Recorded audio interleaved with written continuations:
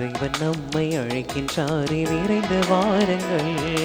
புதிய உலக படைத்திடவே இணைந்து கோடுங்கள். இறைவன் நம்மை அழைக்கின்றாரே, விரைந்து வாருங்கள். புதிய உலகம் படைத்திடவே இணைந்து கோடுங்கள். இறைவன் அரசு வளர்ந்திடவே, இறை வார்த்தை வழங்கிடவே. இறைவன் அரசு வளர்ந்திடவே, இறை வார்த்தை வழங்கிடவே. இனிதே இணைந்தே சென்றிடுவோம்.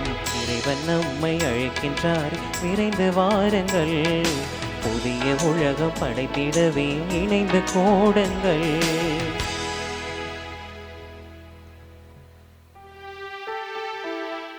தந்தை மகன் தூயாவின் பெயராலே ஆமென். நம் ஆண்டவராகிய இயேசு கிறிஸ்துவின் அருளும் கடவுளின் அன்பும் தூயாவின் தோழமையும் உங்கள் அனைவரோடும் இருப்பதாக. உம் ஆன்மாவோடும் இருப்பதாக. இறைவன் நமக்கு ஆயனாக இருந்து நம்மை வழிநடத்தக்கூடியவராக இருக்கிறார். அந்த ஆயனை பின்பற்றி நாம் நம்முடைய வாழ்க்கையிலே இருக்கிற எல்லா விதமான சோதனைகளிலிருந்து வெற்றி பெறக்கூடியவர்களாக, நம் வாழ்க்கையில் ஏற்படக்கூடிய பாவங்களிலிருந்து விடுபடக்கூடிய மனிதர்களாக நம்மையே நாம் மாற்றிக்கொள்ள இந்த திருப்பலியை நாம் ஒப்புக் கொடுத்து ஜெபிப்போம். இறைவனுக்கு எதிராக செய்த எல்லா விதமான குற்றங்கள் குறைகள் அனைத்தையும் நினைத்து பார்த்து இவரிடத்திலே மன்னிப்பை வேண்டுவோம். இயலாம் அல்ல இறைவனிடமும் சகோதர சகோதரிகளே, உங்களிடமும் நான் பாவியினை ஏற்றுக்கொள்கின்றேன். ஏனெனில் என் சிந்தனையாலும் சொல்லாலும் செயலாலும் கடமையில் தவறியதாலும் பாவங்கள் பல செய்தேன். என் பாவமே என் பாவமே என் பெரும் பாவமே. ஆகையால் எப்போதும் கன்னியான புனித மரியாவையும் வான தூதர் புனிதர் அனைவரையும் சகோதர சகோதரிகளே உங்களையும் நம் இறைவனாகிய ஆண்டவரிடம் எனக்காக வேண்டிக் கொள்ள மன்றாடுகின்றேன். இயலாம் அல்ல இறைவன் நம்மீது இரக்கம் வைத்து நம் பாவங்கள் அனைத்தையும் மன்னித்து நம்மை நிறைவான மகிழ்ச்சியான வாழ்வுக்கு அழைத்துச் செல்வாராக. ஆமீன்.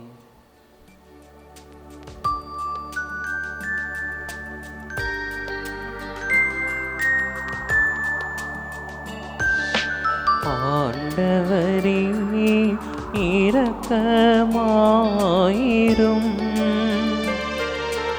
ஆண்டவரே இரக்கமாயிரும். கிறிஸ்துவே இரக்கமாயிரும். கிறிஸ்துவே இரக்கமாயிரும். ஆண்டவரே இரக்கமாயிரும். ஆண்டவரே இரக்கமாயிரும்.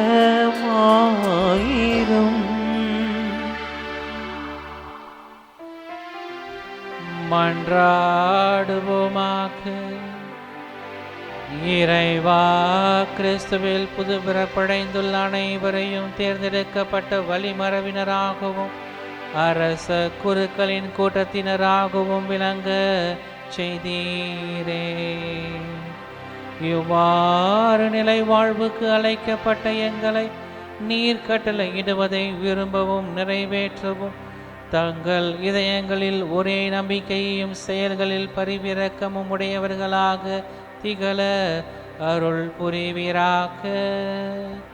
உம்மோடு தூயாவியானவரின் ஒன்றிப்பில் இறைவனாய் என்றென்றும் வாழ்ந்து ஆட்சி செய்கின்ற அவர் வழியாக உம்மை மன்றாடுகின்றோம்.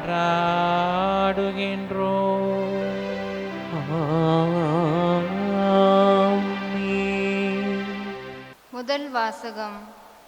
இஸ்ரேலரை ஒரே நாட்டினர் ஆக்குவேன். இறைவாக்கினர் எசேக்கியேல் நூலிலிருந்து வாசகம். அதிகாரம் 37, இறைவசனங்கள் 21 28 முடிய. தலைவராகிய ஆண்டவர் கூறியது: இதோ, நான் இஸ்ரேல் சிதறுண்ட நாடுகளிலிருந்து அவர்களை அழைத்து எம்மருங்கு நின்றும் கூட்டி சேர்த்து அவர்களின் சொந்த நாட்டிற்கு கொணர்வேன். இஸ்ரேல் மலைகள் மீது அவர்களை ஒரே நாட்டினர் ஆக்குவேன். அவர்கள் எல்லாருக்கும் ஒரே அரசன் இருப்பான். அவன் இனிமேல் ஒருபோதும் இரு நாடுகளாகவோ இரு அரசுகளாகவோ பிரிந்திரார். அவர்கள் இனிமேல் ஒருபோதும் தங்கள் தெய்வ சிலைகளையோ இழிந்த அருவருப்பான பொருள்களாலோ தங்கள் வேறெந்த குற்றங்களாலோ தங்களை தீட்டுப்படுத்தி கொள்ள மாட்டார்கள். ஏனெனில் அவர்கள் பாவம் செய்த எல்லா குடியிருப்புகளிலிருந்தும் அவர்களை நான் மீட்டு தூய்மையாக்குவேன். அவர்கள் எனக்கு மக்களாயிருப்பர், நான் அவர்களுக்கு கடவுளாயிருப்பேன். என் ஊழியன் தாவீது அவர்களுக்கு அரசனாயிருப்பான். அவர்கள் அனைவருக்கும் ஒரே ஆயன் இருப்பான். என் நீதி நெறிகளின்படி அவர்கள் நடப்பர், என் நியமங்களை கருத்தாய் கடைபிடிப்பர். நான் என் ஊழியன் யாக்கோப்புக்கு கொடுத்ததும் உங்கள் மூதாதையர் வாழ்ந்ததுமாகிய நாட்டில் அவர்கள் வாழ்வர். அவர்களும் அவர்களின் மக்களும் மக்களின் மக்களும் அங்கு என்றென்றும் வாழ்வர். என் ஊழியன் தாவீது என்றென்றும் அவர்களின் தலைவனாயிருப்பான். நான் அவர்களுடன் நல்லுறவு உடன்படிக்கை செய்து கொள்வேன். அது அவர்களுடன் என்றென்றும் நிலைத்திருக்கும். நான் அவர்களை நிலைபெற செய்து அவர்களை பெருக செய்வேன். என் தூயகத்தை அவர்கள் நடுவே என்றென்றும் நிலைக்க செய்வேன். என் உறைவிடம் அவர்கள் நடுவே இருக்கும். நான் அவர்களுக்கு கடவுளாயிருப்பேன், அவர்கள் எனக்கு மக்களாயிருப்பர். என் தூயகம் அவர்கள் நடுவே என்றென்றும் நிலைத்திருக்கையில் இஸ்ரேலை தூய்மைப்படுத்துபவர் ஆண்டவராகிய நானே என வேற்றினத்தார் அறிந்து கொள்வர். ஆண்டவரின் அருள்வாக்கு. இறைவனுக்கு நன்றி.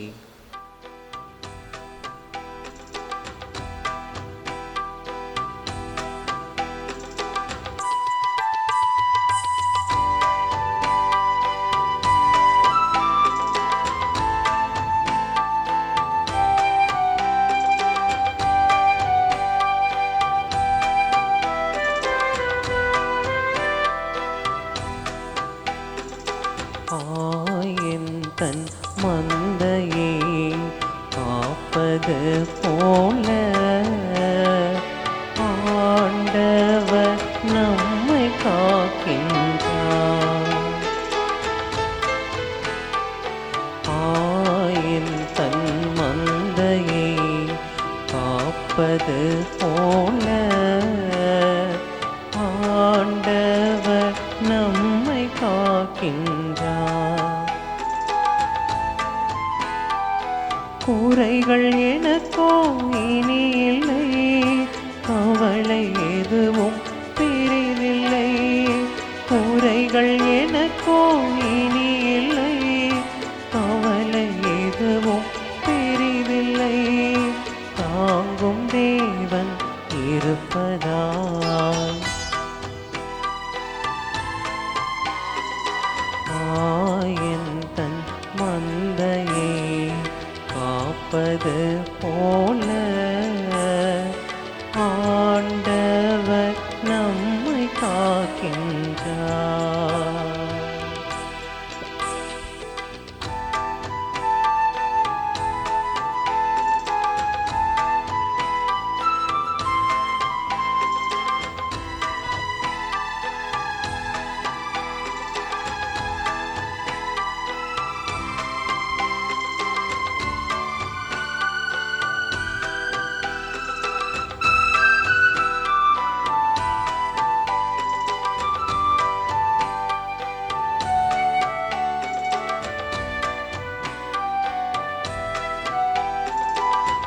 அமைதியான இடத்தில் என்னை இளைப்பாறச் செய்கின்றார்.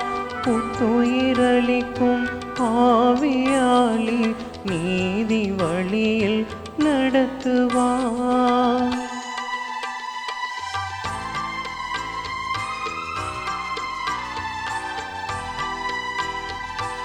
அமைதியான இடத்தில் என்னை இளைப்பாறச் செய்கின்றார். புத்துயிரளிக்கும் ஆவியாலே நீதி வழியில் நடத்துவார். சாவின் இருள் சூழ் பள்ளத்தாக்கில் நடக்க நேர்ந்தாலும் என்னோடு இருப்பதால் எதற்கும் அஞ்சினேன். அவரின் கோலே தேற்றும் துணையாகும். குறைகள் எனக்கோ இனி இல்லை, கவலை எதுவும் பெரிதில்லை. குறைகள் எனக்கோ இனி இல்லை, கவலை எதுவும் பெரிதில்லை. தாங்கும் தேவன் இருப்பதால் ஆயன் தன் மந்தையை காப்பது போல ஆண்டவர் நம்மை காக்கின்றார். ஆயன் தன் மந்தையை காப்பது போல ஆண்டவர் நம்மை காக்கின்றார்.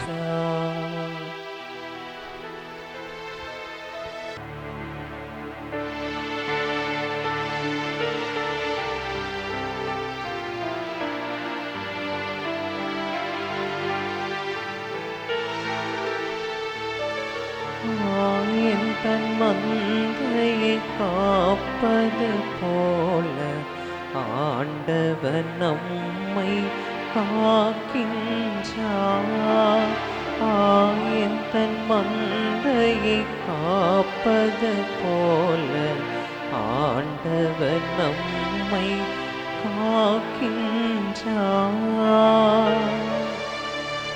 எனக்கெதிராக நீங்கள் இழைத்த குற்றங்கள் அனைத்தையும் விட்டு விடுங்கள். புதிய மனத்தையும் புதிய இதயத்தையும் பெற்றுக்கொள்ளுங்கள் என்கிறார் ஆண்டவர். ஆயன் தன் மந்தையை காப்பது போல ஆண்டவர் நம்மை காக்கின்றார்.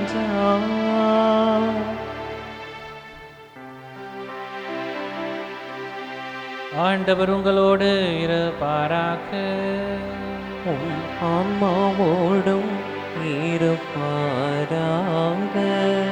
யோவான் எழுதின செய்தியிலிருந்து வாசகம். ஆண்டவரே மாட்சி உமக்கே. அக்காலத்தில் மரியாவிடம் வந்த யூதர் பலர் இயேசு செய்ததைக் கண்டு அவரை நம்பினர். ஆனால் அவர்களுள் சிலர் பரிசேயரிடம் சென்று இயேசு செய்ததை தெரிவித்தனர்.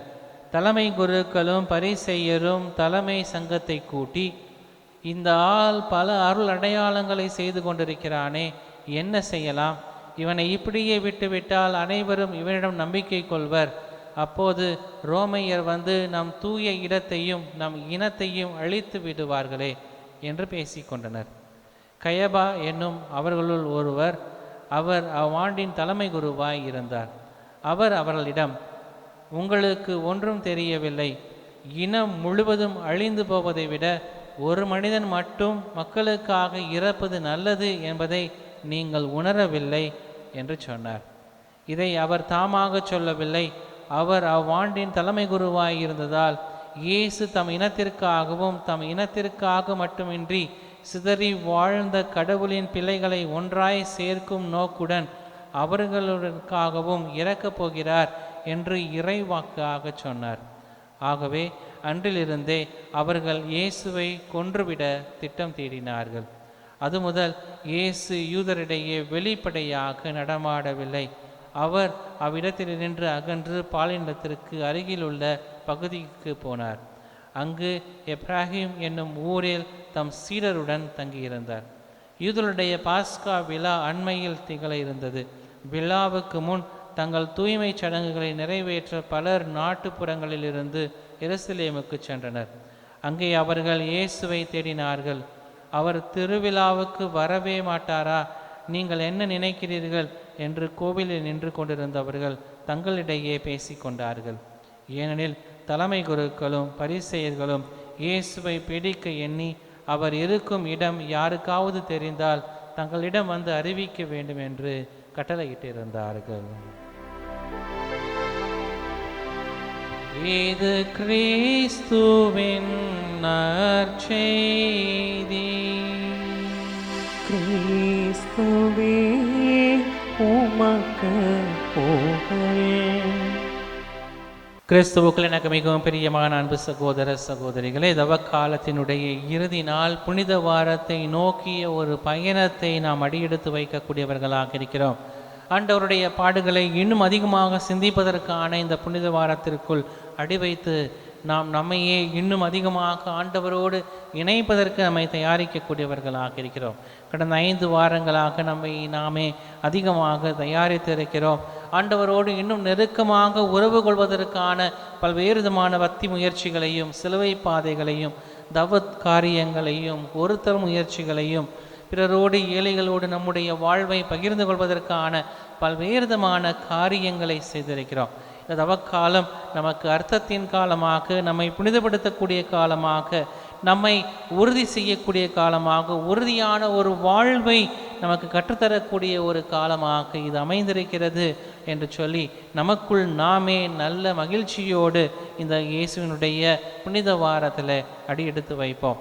ஆண்டவர் நம்ம ஒவ்வொருவரையும் தொடர்ந்து வழிநடத்தக்கூடியவராக இருக்கிறார்.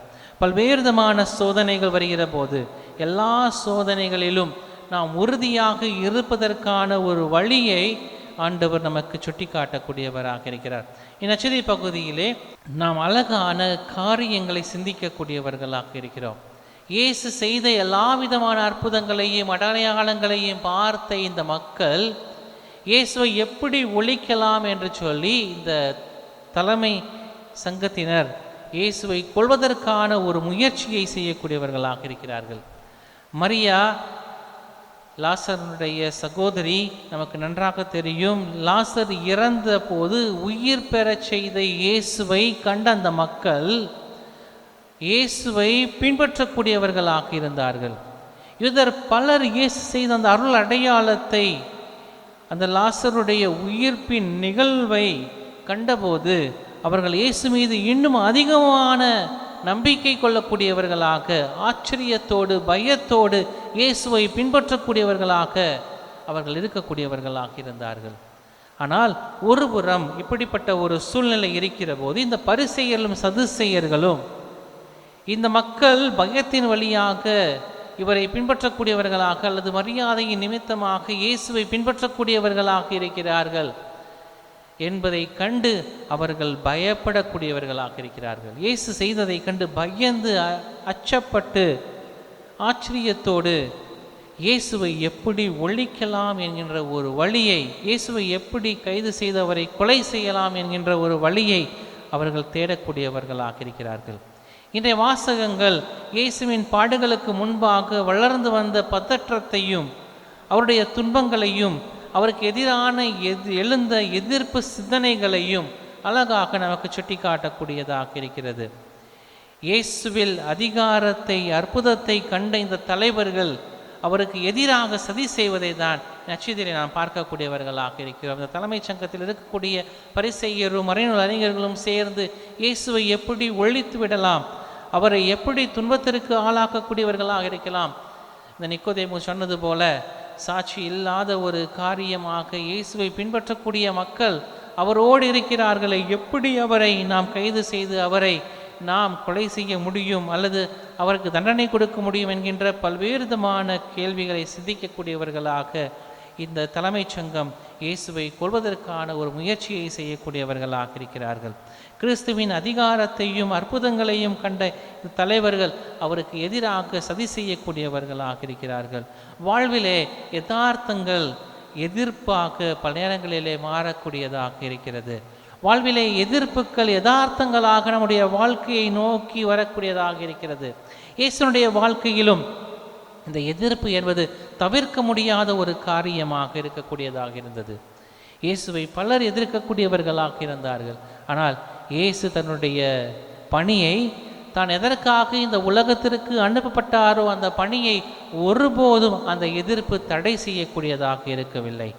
அதனால்தான் சோதனைகளிலே அவர் உறுதியாக இருக்கக்கூடியவராக இருந்தார். தான் எதற்காக இந்த உலகத்திற்கு வந்தாரோ அந்த பணியை செய்வதற்கான ஒரு வழியை, அந்த வழிக்கான நோக்கத்தை அவர் சென்று கொள்ளக்கூடியவராக இருந்தார். மக்கள் அவரை எதிர்த்த போது, பலர் அந்த இடத்தை மக்கள் அவரை எதிர்த்த போது, அதிகாரிகள் அல்லது இந்த பரிசேயரும் சதுசேயர்களும் தலைமைச் சங்கத்தினரும் இவரை கண்டு பயந்த போது, ஏன் சீடர்களே, அவரோடு இருந்த நண்பர்களே அவரை புரிந்து கொள்ளாத போது, புரிந்து கொள்ளாமல் போராடிய போது, தனது பணியான நோக்கத்தை அவர் அறிந்து அவர் செயல்படுத்தக்கூடியவராக இருந்தார். அவர் உண்மையை தொடர்ந்து செயல்படுத்துவதற்காக, இறைவனை பின்பற்றுவதற்காக, கடவுளுடைய பணியை தான் நான் ஆற்றுவதற்காக வந்திருக்கிறேன். எத்தனை துன்பங்கள், எத்தனை சோதனைகள், எத்தனை வேதனைகள் வந்தாலும் நான் என்னுடைய பணியில் உறுதியாக இருக்கக்கூடியவனாக இருப்பேன். ஜெஸ்தவனி தோட்டத்திலே அவர் துன்பப்படுகிற போது, ஆண்டவரே இந்த துன்பக்கிண்ணம் என்னை விட்டு அகலட்டும், உமது சித்தமானால், சோதனைகளிலே உறுதியாக நிற்கக்கூடிய ஒரு மனநிலையோடு அவர் இருக்கக்கூடியவராக இருந்தார். இறைவனை பின்பற்றுகிற போது நாம் சுகத்தை உறுதி செய்வதில்லை. பல நேரங்களிலே நாம் கடவுளை பின்பற்றுகிறோம் என்றால் நம்முடைய நோக்கத்தை உறுதி செய்யக்கூடியவர்களாக இருக்க வேண்டும்.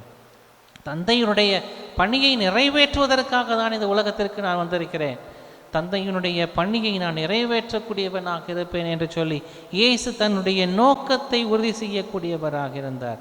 நெருக்கடியான சூழலிலும் கூட துணிவு தன்னை நோக்கி பயணிக்கக்கூடிய ஒரு மனிதராக தன்னை அவர் மாற்றிக்கொள்ளக்கூடியவராக இருந்தார். புனித தாமஸ் மோர் என்று சொல்லப்படக்கூடிய இறையியலாளர், 14ஆம் நூற்றாண்டிலே வாழ்ந்த ஒரு புனிதர், இங்கிலாந்து நாட்டினுடைய மன்னருக்கு நெருக்கமான நபராக இருக்கக்கூடியவராக இருந்தார். மதிக்கப்பட்ட ஒரு அரசியல்வாதியாக அவர் மதிக்கப்படக்கூடியவராக இருந்தார். இங்கிலாந்து அரசவையிலே அவர் மிகப்பெரிய ஒரு பொறுப்பில் இருக்கக்கூடியவராக இருந்தார். ஆனால் 8ஆம் ஹென்றிக்கும் இவருக்கும் ஒரு மிகப்பெரிய ஒரு போர் ஏற்படக்கூடியதாக இருக்கிறது. மனதளவிலே கிறிஸ்துவுக்கு எதிராக இவரை செயல்படுவதற்கான அழைப்பை 8ஆம் ஹென்றி தரக்கூடியவராக இருந்தார். மனசாட்சிக்கு எதிராக செயல்படக்கூடிய ஒரு அழைப்பை இந்த 8ஆம் ஹென்றி கொடுக்கக்கூடியவராக இருந்தார். ஆனால் கிறிஸ்துவை முன்னிட்டு, கிறிஸ்துவுக்காக அனைத்தையும் அவர் உதறி தள்ளக்கூடியவராக இருந்தார். கிறிஸ்து மட்டுமே என்கின்ற ஒரு மனநிலையோடு, கிறிஸ்துவை மட்டுமே நான் பின்பற்றுவேன் என்கின்ற ஒரு மனநிலையோடு, கிறிஸ்துவுக்காக அனைத்தையும் அவர் துச்சமென கருதக்கூடியவராக இருந்தார். இதனால் அவருக்கு நேர்ந்தது, அவர் தன்னுடைய பதவியை இழக்கக்கூடியவராக இருந்தார். அவர் சிறையில் அடைக்கப்பட்டார், துன்பப்படுத்தப்பட்டார், வேதனைக்கு உள்ளாக்கப்பட்டார். கடைசியிலே அவரை தூக்கிலிட்டு கொலை செய்யக்கூடியவர்களாக இருந்தார்கள். தன்னுடைய மரணத்திற்கு முன்பாக அவர் கூறிய வார்த்தைகள் இதுதான்: கடவுளின் ஊழியனாகவே நான் இருக்க விரும்புகிறேன், இறக்கவும் விரும்புகிறேன். கடைசி வரை கடவுளுடைய ஊழியனாக மட்டுமே, எத்தனை துன்பங்கள், எத்தனை சோதனைகள், எத்தனை வேதனைகள் என்ன வந்தாலும் கடவுளுடைய பணியை செய்வதற்காக மட்டுமே நான் அழைக்கப்பட்டிருக்கிறேன், அதற்காக மட்டுமே நான் வாழ விரும்புகிறேன், இறக்கவும் விரும்புகிறேன் என்று சொல்கிறார். கிறிஸ்துவை போல எல்லாவற்றையும் இழக்க நேரிட்ட போதிலும் அவர் கிறிஸ்துவுக்காக உறுதியாக நிற்கக்கூடியவராக இருந்தார். இப்போ சிலுவை யோவானுடைய வாழ்க்கையிலும் நாம் இதை பார்க்கலாம். அவருடைய சபையை அவர் புதுப்பித்த பிறகு அவரோடு வாழ்ந்த அவருடைய சகோதரர்களை அவர்களை புரிந்து கொள்ளாத ஒரு தவறான சூழ்நிலை.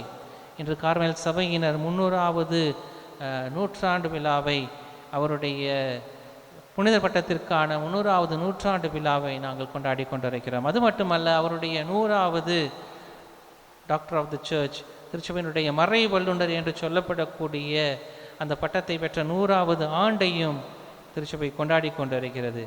ஆனால் இந்த சூழ்நிலைகளில் அவரை தவறாக புரிந்து கொண்டு அவரை கொடுமைப்படுத்திய சிறைவாசம் கொடுக்கப்படக்கூடிய ஒரு சூழ்நிலையிலும் சிலுவை யோவான் அழகாக சொல்லக்கூடியவராக இருக்கிறார். எங்கு அன்பு இல்லையோ அங்கு அன்பை இடுங்கள், அப்போது நீங்கள் அன்பை கண்டடைவீர்கள். where there is love, put love in it, you will find it என்று சொல்கிறார். துன்பத்தில் நடுவிலும் கூட நம்பிக்கையோடு கடவுளின் முன்னிலையில் நாங்கள் இருக்கிறோம் என்கின்ற வாழ்க்கையை வாழ்ந்த பல்வேறு விதமான புனிதர்களை நாம் அடுக்கிக் கொண்டே செல்லலாம். கடவுளுக்காக எல்லாவற்றையும் முழுமையாக தங்களை அர்ப்பணிக்கக்கூடியவர்களாக இந்த நிரந்தரமற்ற உலகில் கடவுளுக்காக எல்லா சோதனைகளையும் எல்லா வேதனைகளையும் நாங்கள் முன்னோக்கி செல்லக்கூடியவராக. இயேசுடைய பணியை பார்க்கிற போது அவர்களுக்கு ஏகப்பட்ட தடைகள் வரக்கூடியதாக இருக்கிறது, ஏகப்பட்ட பிரச்சனைகள். ஆனால் ஒருபோதும் இயேசு தன்னுடைய பணியை விட்டுவிடவில்லை. அவர் தொடர்ந்து ஆற்றக்கூடியவராக இருக்கிறார், மக்கள் மத்தியில் செல்லக்கூடியவராக இருக்கிறார், அவரை எதிர்த்து நிற்கக்கூடிய பரிசேயர்கள் மத்தியிலும் அவர் இருக்கக்கூடியவராக இருக்கிறார். அவருடைய நேரம் வரும் வரை அவர் தொடர்ந்து போராடக்கூடியவராக இருந்தார். சோதனைகளிலே உறுதியாக இருந்து வெற்றி பெறக்கூடிய ஒரு மனிதனாக, தன்னை உணர்ந்து வாழக்கூடிய ஒரு மனிதனாக, தன்னை முன்னிலைப்படுத்தக்கூடியவராக இருக்கிறார். ஒரு மாணவன் எல்லா தேர்விலுமே அதிக மதிப்பெண் பெற்று வெற்றி பெறக்கூடியவனாக இருக்கிறான். எல்லா தேர்விலுமே அவன்தான் முதல் மாதவன். அவனை தவிர்த்து யாரும் முன்னால் செல்ல முடியாது. அப்படிப்பட்ட ஒரு திறமையோடு அவன் தன்னுடைய வாழ்க்கையை மேற்கொண்டிருந்த சூழலிலே ஒரு தேர்விலே ஒரு குறைந்த மதிப்பெண்ணை பெற்று விடுகிறான். அவனுக்கு மேலாக 2-3 பேர் சென்று விடுகிறார்கள். அவன் நம்பிக்கை இழக்கவில்லை. அவனுடைய ஆசிரியர்கள் அவன் சோகத்தில் இருப்பான் அல்லது அவன் சோர்ந்து போயிருப்பான் எல்லாம் என்று சொல்லி ஆசிரியர்கள் அவனை தேற்றுவதற்காக அவனை தேடுகிறார்கள். அப்போது அவன் சொன்னான், அந்த மாணவன் சொன்னதாக ஆசிரியர் எழுதுகிறார், எல்லா தருணங்களிலும் நான் கடவுளுடைய நம்பிக்கையோடு தான் பயணிக்கக்கூடியவனாக இருந்தேன். இந்த தருணத்திலும் இந்த தடவை குறைஞ்சிச்சுன்னா என்ன, அடுத்த தடவை ஜெயிச்சுட்டு போயிடலாம் என்று சொல்லி கடவுள் என்னோடு இருக்கிற போது நான் எதையும் கண்டு பயப்பட தேவையில்லை என்கின்ற ஒரு மனநிலையோடு அவன் செல்லக்கூடியவனாக இருந்ததாக ஒரு ஆசிரியர் தன்னுடைய நூலிலே அந்த மாணவனை பற்றி எழுதுகிறார். நாம் இன்று எப்படி சோர்ந்து விழக்கூடியவர்களாக இருக்கிறோம், நம்முடைய சோதனைகளிலே நாம் சோர்ந்து விடக்கூடியவர்களாக இருக்கிறோம். இயேசுவை பல்வேறு விதமான துன்பங்களுக்கு ஆளாக்கிய போது சிலுவை பாடுகளுக்கு முன்பாக அவரை மக்கள் ஏற்றுக்கொள்ளவில்லை, அவரை துரத்துகிறார்கள், அவர் செல்லுகிற இடங்களிலே அவரை வரவேற்கவில்லை அல்லது அவருக்கான ஒரு மதிப்பை தரவில்லை. பல்வேறு விதமான சூழ்நிலைகளிலும் கூட அவர் தன்னுடைய பணியை ஒருபோதும் சோர்ந்து செய்யவில்லை, மாறாக மகிழ்ச்சியோடு அவர் முன்னெடுத்து செல்லக்கூடியவராக இருந்தார். அதுதான் இந்த தவக்காலத்தின் இறுதி கட்டத்தில் நாம் நம்மை சிந்திக்கக்கூடிய செயல்களாக கேள்விகளாக நமக்குள் எழக்கூடியது, காரியங்கள் எளிதாக இருக்கிற போது மட்டுமே நான் கிறிஸ்துவை பின்பற்றக்கூடியவனாக இருக்கிறேனா, எனக்கு அனைத்தும் கையில் கிடைக்கக்கூடியதாக இருக்கிறது, நான் கடவுளோடு இருக்கிறேன் என்று சொல்லக்கூடிய அளவிற்கு எனக்கு கடவுள் அனைத்தையும் கொடுக்கிறார் என்பதற்காக மட்டுமே நான் கிறிஸ்துவை பின்பற்றக்கூடியவனாக இருக்கிறேனா, அல்லது கடவுள் எனக்கு அற்புதங்களையும் அடையாளங்களையும் காட்டிக் கொண்டிருக்கிறார் என்பதற்காக மட்டுமே நான் கிறிஸ்துவை பின்பற்றக்கூடியவனாக இருக்கிறேனா? வாழ்க்கையிலே சிரமங்கள், துன்பங்கள், வேதனைகள் வருகிற போது என்னுடைய நம்பிக்கை எப்படிப்பட்டதாக இருக்கிறது? என்னுடைய நம்பிக்கையிலே நான் வளர்ச்சி பெறக்கூடியவனாக இருக்கிறேனா? கடவுளை பின்பற்றுவதற்காக இன்னைக்கு சின்ன துன்பம் வந்துருச்சுன்னா உடனே கடவுளை சபிக்கக்கூடிய ஒரு சூழ்நிலை, கடவுள் இருக்காரா அப்படின்ற ஒரு கேள்வி. சிரமங்கள், துன்பங்கள், வேதனைகள் வருகிற போது நான் நம்பிக்கையில் வளரக்கூடியவனாக இருக்கிறேனா? உண்மைக்காக நிலைத்து நிற்கக்கூடியவனாக, உண்மையை நோக்கி நான் பயணம் செய்யக்கூடியவனாக, அமைதியான வழிகளில் நான் இறைவனை கண்டுகொள்ளக்கூடியவனாக இருக்கிறேனா? அதுதான் இந்த தவ காலத்தில் நமக்குள் நாம் கேட்கக்கூடிய கேள்விகளாக இருக்கக்கூடியதாக இருக்க வேண்டும். தவக்காலத்தை நிறைவு செய்து நாம் புனித வாரத்தில் அடியெடுத்து வைக்கக்கூடியவர்களாக இருக்கிறோம். இயேசுவை போல நாம் இயேசுவை பின்பற்றி இயேசுனுடைய பாடுகளிலே இன்னும் அதிகமாக நம்மை முழுமையாக அர்ப்பணிக்கக்கூடிய ஒரு சூழ்நிலைக்குள் இந்த புனித வாரத்திற்குள் நமக்கு நாம் அடியெடுத்து வைக்கக்கூடியவர்களாக இருக்கிறோம். இந்த கடவுளுடைய திட்டத்தின் மீது, கடவுளுடைய செயல்பாடுகளின் மீது நாம் முழுமையான நம்பிக்கை வைக்கக்கூடியவர்களாக இருக்கிறோமா? நம்மை நாமே நிராகரிக்கப்படக்கூடிய சூழ்நிலையிலும் அன்பில் தளராது நிலைத்திருக்கக்கூடியவர்களாக இருக்கிறோமா? புனித தாமஸ் மோரை போல, புனித சிலுவை யோவானை போல நாம் நிராகரிக்கப்படக்கூடிய சூழ்நிலையிலும், நாம் துன்பங்களிலும் வேதனைகளிலும் இருக்கக்கூடிய சூழ்நிலையிலும் கடவுள் மீது உறுதியான நம்பிக்கையோடு நம்முடைய பயணத்தை மேற்கொள்ளக்கூடியவர்களாக இருக்கிறோமா? எல்லா நிலையிலும் கடவுளுடைய திட்டத்தில் நம்பிக்கை வைத்து, கடவுள் என்னோடு இருக்கிறார், என்னோடு வழிநடத்தக்கூடியவராக இருக்கிறார், என்னை சூழ்நிலையிலும் எல்லா பிரச்சனைகளிலும் எல்லா வேதனைகளிலும் இறக்கக்கூடிய ஒரு சூழ்நிலை, துன்பத்தில் நான் அடிபடுகிற போதும் கூட, சோதனைகளில் இருக்கிற நேரங்களிலும் கூட, தெளிவற்ற சூழலில் நாம் இருக்கிற நேரங்களிலும் கூட, நிராகரிக்கப்படக்கூடிய வேலைகளில் நம்மையே நாம் மூழ்கி இருக்கக்கூடிய நிலையிலும் கூட நாம் சோதனைகளிலே உறுதியாக நின்று வெற்றி பெறக்கூடிய மனிதர்களாக, மகிழ்ச்சியான ஒரு நிறைவை பெறக்கூடிய மனிதர்களாக நாம் நம்மை உருமாற்றிக் கொள்கிறோமா என்கிற சிந்தனைகளை தான் இந்த தவ காலத்தில் நாம் சிந்திக்கக்கூடியவர்களாக இருக்க வேண்டும். இந்த புனித வாரம் நம்ம இன்னும் ஆண்டவருடைய பாடுகளை அதிகமாக சிந்திப்பதற்கும், அவருடைய துன்பங்களையும் வேதனைகளையும் நோக்கி நம்முடைய நம்பிக்கையின் பாதைகளை இன்னும் ஆழமாக செல்வதற்கு நம்மை நாமே அர்ப்பணிக்கக்கூடியவர்களாக வாழ வளர இத்திருப்பலியிலே சிறப்பாக ஜெபிப்போம். ஆமென்.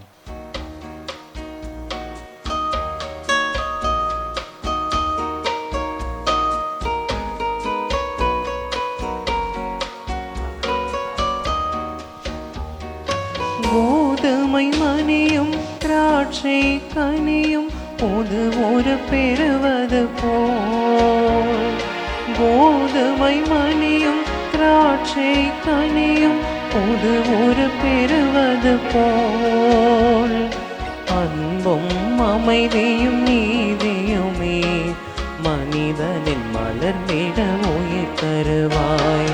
அன்பும் அமைதியும் நீதியுமே மனிதனில் மலர்ந்திட உயிர் தருவாய். வாழ்வை பலியாய் மாற்ற வந்தேன் என்னையே ஏற்றிடுவாய். முழு மனதுடனே கையளிக்கின்றேன் காணிக்கை ஏற்றிடுவாய்.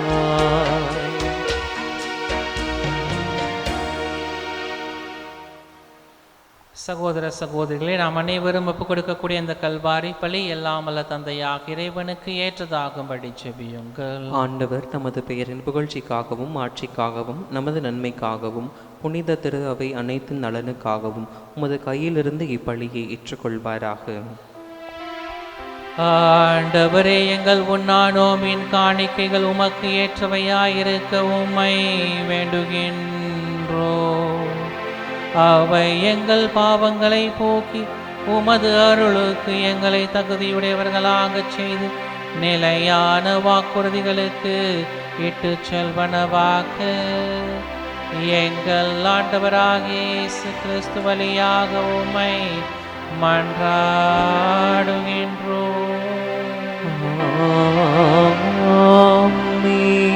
ஆண்டவர் உங்களோடு இருப்பாராக. உம் ஆன்மாவோடும் இருப்பாராக. மகிழ் ஒரு இதயங்களை மேலே எழுப்புங்கள்.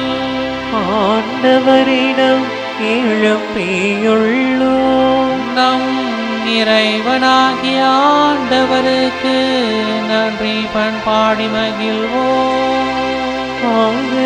தகுதியும் நீதியும் ஆனதே. ஆண்டவரே, தூயவரான தந்தையே,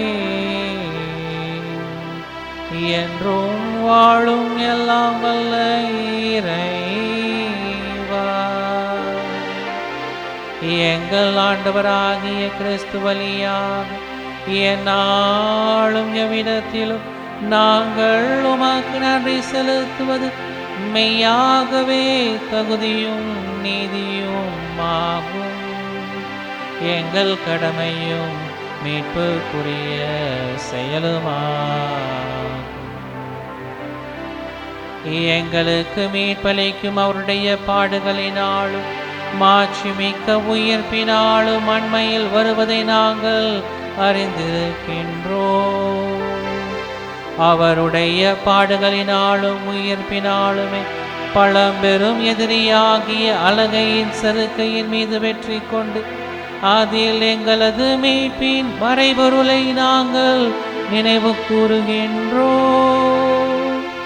அவர் வழியாகவே உமது மாண்பை வானக தூதரின் அணிகள் அனைத்தும் வழிபடுகின்றனர். உம் திரு முன் எக்காலமும் மகிழ்ந்திருக்கின்றனர். அவர்களோடு எங்கள் குரலையும் சேர்த்து கொள்ளுமாறு நாங்கள் தாழ்மையுடன் உம்மை இறைஞ்சி புகழ்ந்து அக்களித்து மகிழ்வதாவது.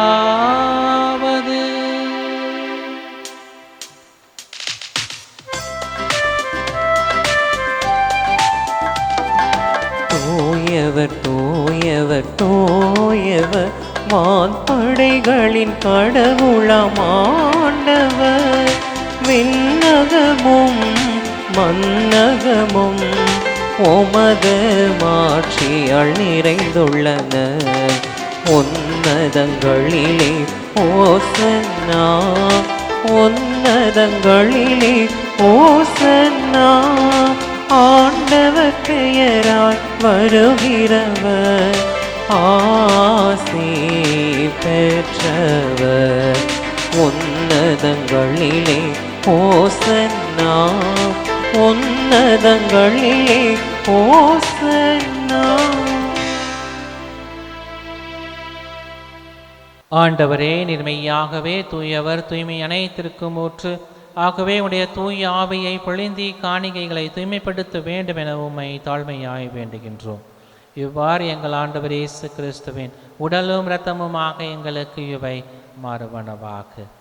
அவர் பாடுபட உளம் கனிந்து தம்மை கையளித்த போது அப்பத்தை எடுத்து உமக்கு நன்றி செலுத்தி அதை பெற்று தம் சீடர்களுக்கு அளித்து அவர் கூறியதாவது: அனைவரும் இதிலிருந்து பெற்று உண்ணுங்கள், ஏனெனில் இது உங்களுக்காக கையளிக்கப்படும் என் உடல்.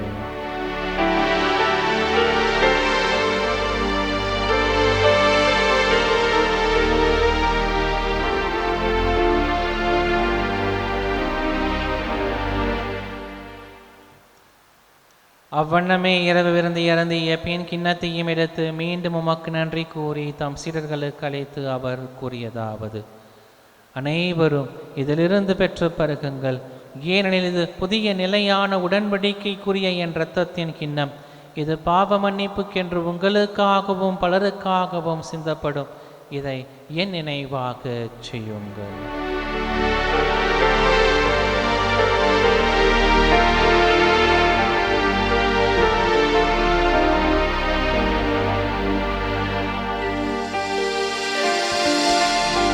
நம்பிக்கையின் மறைபொருள்.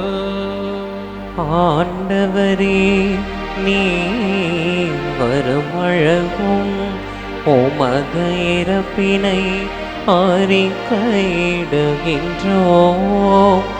உமது உயிர்ப்பினையும் எடுத்துரைக்கின்றோம்.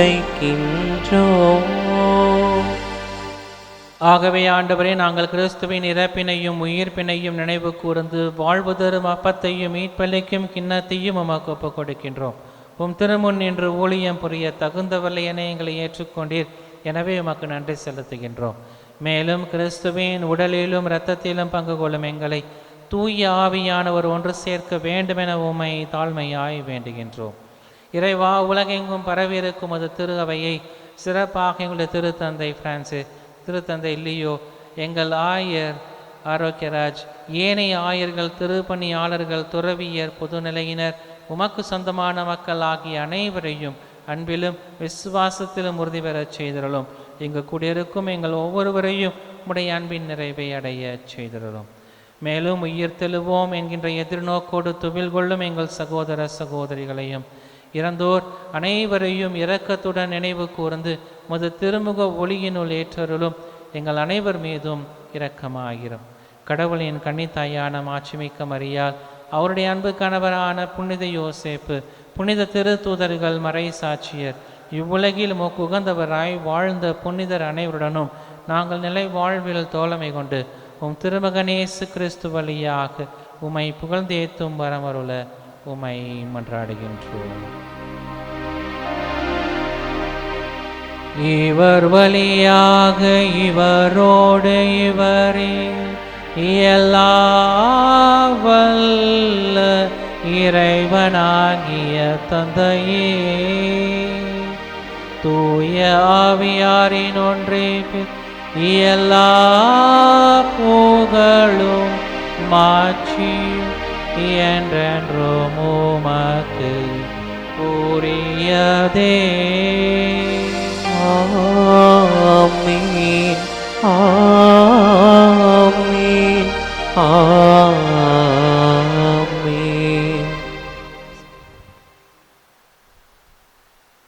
மீட்பரின் கட்டளையால் கற்பிக்கப்பட்டு இறை படிப்பினையால் பயிற்சி பெற்ற நாம் அனைவரும் துணிந்து சொல்லி ஜெபிப்போம். விண்ணுலகில் இருக்கின்ற எங்கள் தந்தையே, உமது பெயர் தூயது என போற்ற பெறுக.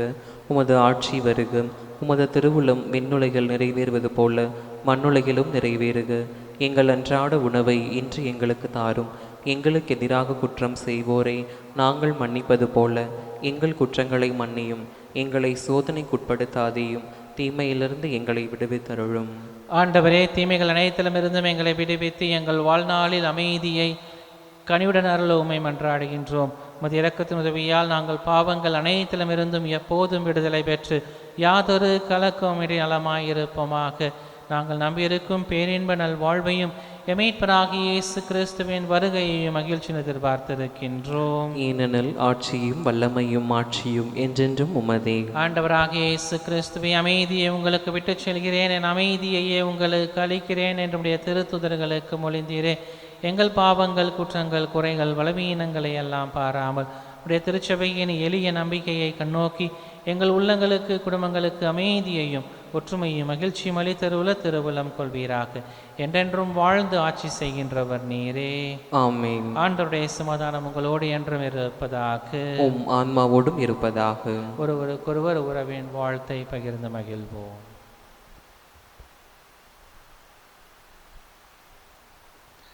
உலகின் பாவங்களை போக்கும் இறைவனின் செம்மறியே, எங்கள் மேல் இரக்கமாயிரும்.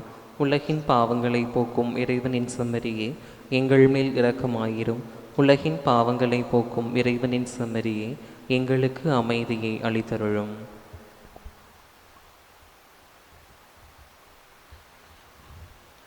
இதோ இறைவனின் செம்மறி, இவரே உலகின் பாவங்களை போக்குகிறவர். இந்த செம்மறியின் திருவிருந்துக்கு அழைக்கப்பெற்ற நாம் அனைவரும் பேறு பெற்றோர். ஆண்டவரே, நீர் நிலத்தில் எழுந்தருள நான் தகுதியற்றவன். ஆனால் ஒரு வார்த்தை மட்டும் சொல்லியருளும், எனது ஆன்மா நலமடையும். கிறிஸ்துவின் தொடரும் ஆசை திருவிருந்துக்கான மன்றாட்டு. ஆண்டவரே, நீர் என் இல்லத்தில் எழுந்தருள நான் தகுதியற்றவள். ஆனால் ஒரு வார்த்தை மட்டும் சொல்லியருளும் என்று நூற்றுவர் தலைவன் ஜெபித்தது போல நாங்களும் இப்போது உம் திருப்பாதம் பணிந்து வேண்டுகிறோம். இனிய இயேசுவே, நாங்கள் தகுதியற்றவர்களாய் இருந்தாலும் எங்கள் தகுதியின்மையை பாராமல் நீர் எங்கள் உள்ளங்களில் எழுந்து வாரும். உம் அன்பிலும் அருளிலும் நாங்கள் நிலைத்திருக்க எம்முள் எழுந்து வாரும். நன்மை செய்வதில் ஆர்வமுள்ளவர்களாய், தீமைகள் அனைத்திலிருந்தும் விடுதலை பெற்றவர்களாய் வாழவும் எங்களை வழிநடத்த வாரும். எல்லா நலன்களாலும் வளங்களாலும் எங்களை நிரப்ப வாரும். ஆமென். நன்றியோடு மன்றாடுவோமாக. ஆண்டவரே, மாண்புக்குரிய உம்மை பணிவுடன் வேண்டுகின்றோ. ஆதலால் புனிதமிகு உடலாலும் இரத்தத்தாலும் எங்களுக்கு உணவளிப்பது போல எங்களை அவரது இறை இயல்பிலும் பங்கு பெற செய்வீராக. எங்கள் ஆண்டவராகிய இயேசு கிறிஸ்து வழியாக உம்மை மன்றாடுகின்றோம்.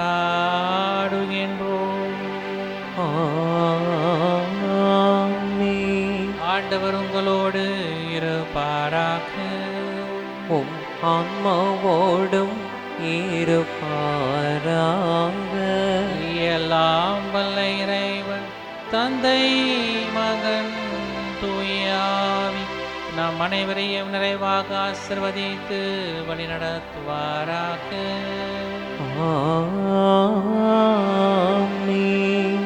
இறைவனின் அன்பை உணர்ந்தவர்களாக சென்று வாழுவோம். திருப்பலி நிறைவுற்றது. இறைவனுக்கு நன்றி.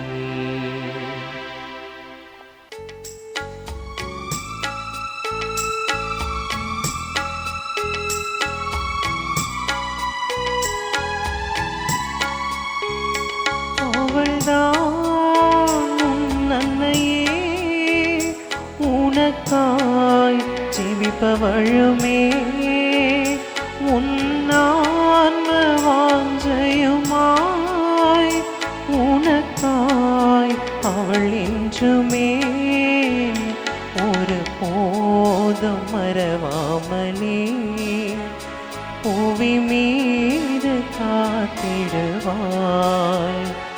ஒரு போதும் மறவாமலே புவி மீது காத்திடுவாய்.